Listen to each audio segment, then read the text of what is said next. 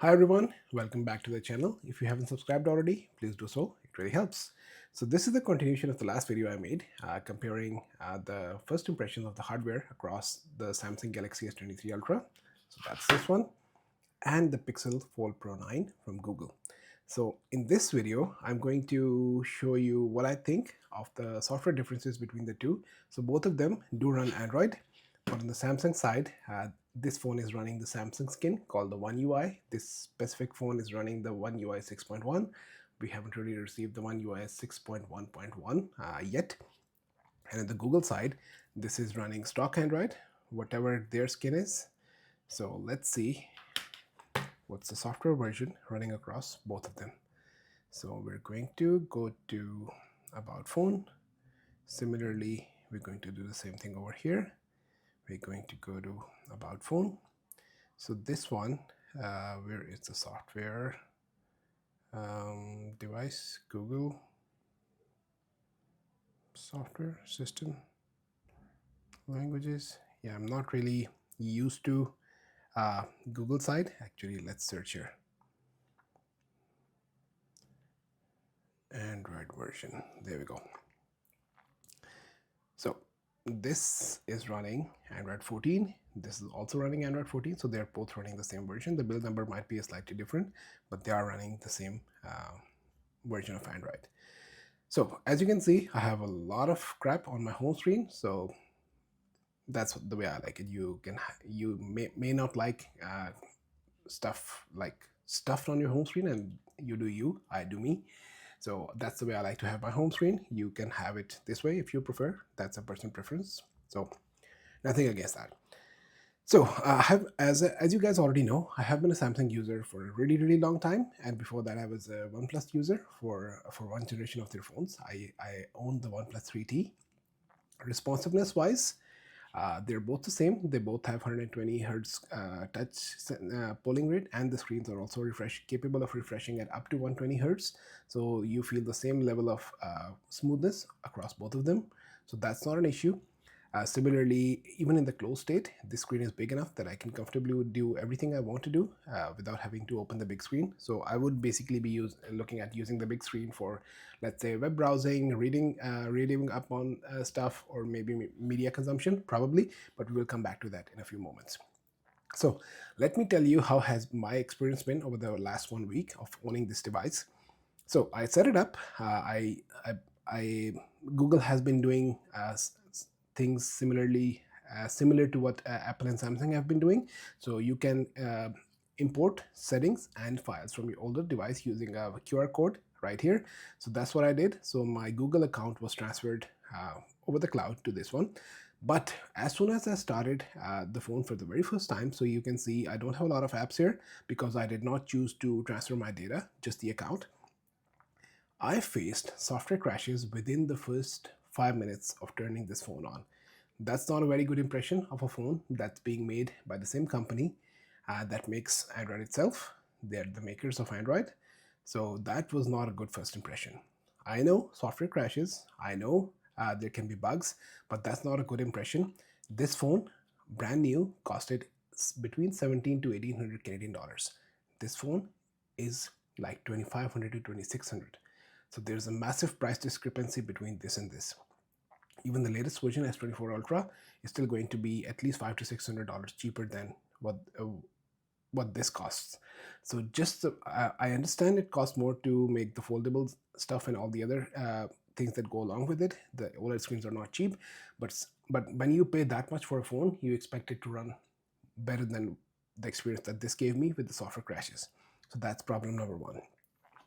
Problem number two, as you guys already know, and I've said it many times, I have been using Samsung phones for a very long time.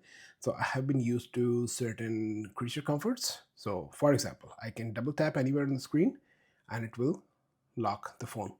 I haven't found a way to turn that on the Google side yet, but that's something I use a lot on the Samsung side. So that's an adjustment. I know it's nitpicking. That's not a big deal, but that's something that I missed.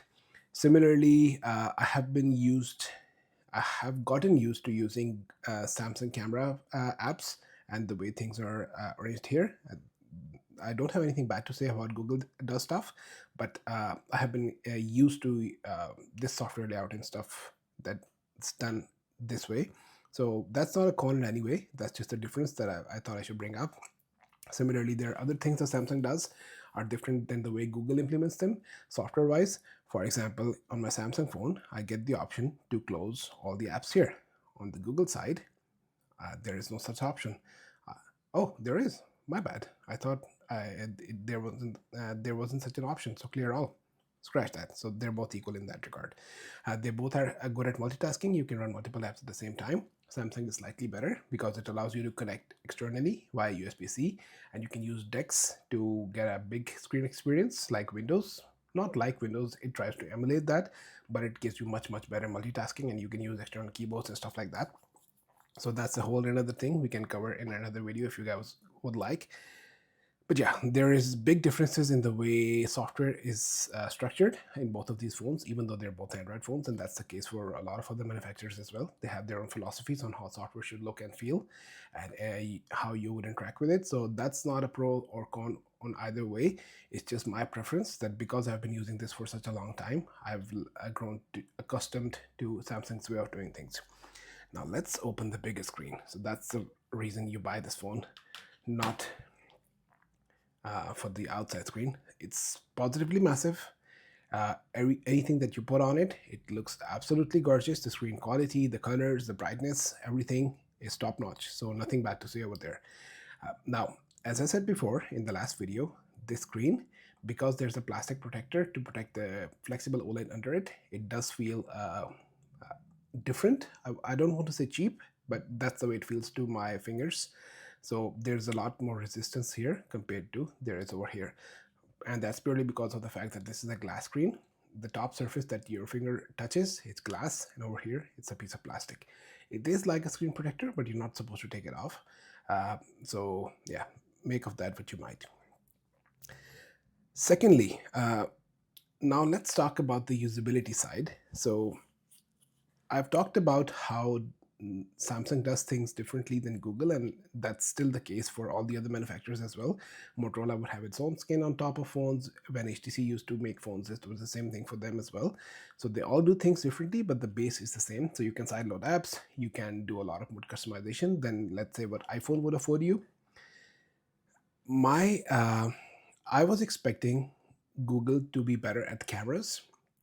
Now let me expand on what I mean better at cameras.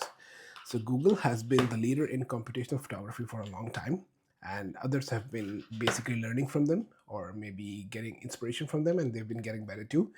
But pictures are a highly subjective thing. Some people like punchy colors, some people like over sharpened look, some people like to get a plain image with not a lot of over sharpening.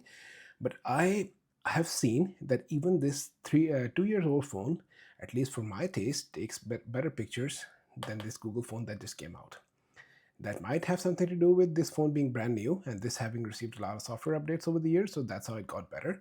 But as of right now, with what I have in my hands, to my eyes, this takes better pictures. Not in a lot of, not in every single case, but especially, let's say this has a 10x telephoto and that has a 5x, so that's a drawback in my book. Similarly, when I take night photos with night mode engaged, I find that this has more detail. Maybe it's software processing, maybe the camera is able to capture more details, but I find that this has, let's say if I take a selfie, regardless of I use this camera or the camera inside, I get better detail on this phone. I know this is a foldable phone and I can use the back camera to take the selfies. So yes, I acknowledge that.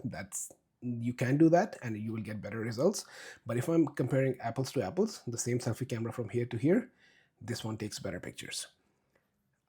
I also understand that they're working with the confines of this thickness and they can only fit what this thickness allows them to fit, and that's the reason for this massive camera bump that I absolutely hate. But yeah, this phone, at least for me, to my eyes, very untrained eyes, very biased eyes from being a Samsung user for such a long time, this takes better pictures. So yeah, and my wife has an S23 Ultra, so that's the next evolution of this. That takes even better pictures. Even though that phone came out at the start of this year, and this phone just came out, to me, to my untrained eyes, that takes better pictures, or I like those pictures more. They're more preferable to my personal taste. So I do not like the camera that this phone offers compared to what this offers. And it's the same thing for Samsung as well. The cameras that they put on their flagship candy bar phones, so that's going to be the S23 and S24 Ultra. They're not the same quality, not even close to what they put on their flagship foldable phones. So the Z Fold 5, Z Flip, Z Fold 6 and Flip 6, they both offer significantly inferior cameras to what they have on their main flagship phones. Probably has something to do, as I already mentioned, related to how thin these phones need to be and the space that you can find inside. But yeah, that's one of the reasons I don't really like it. For me, having a good camera in my pocket at all times is important, and that's why I choose to spend more money than I need to, on a phone that offers me that nicer camera than all the other ones. I know no camera is perfect. I understand that some cameras will be better at some things and some are better at other, but for most of the things that I do, I happen to prefer this one. So yeah, those have been my impressions of usage over the last 1 week. In the next video, we're going to talk about if the bigger inner screen is worth it for me or not. So stay tuned for that. Till that time, take care. Bye.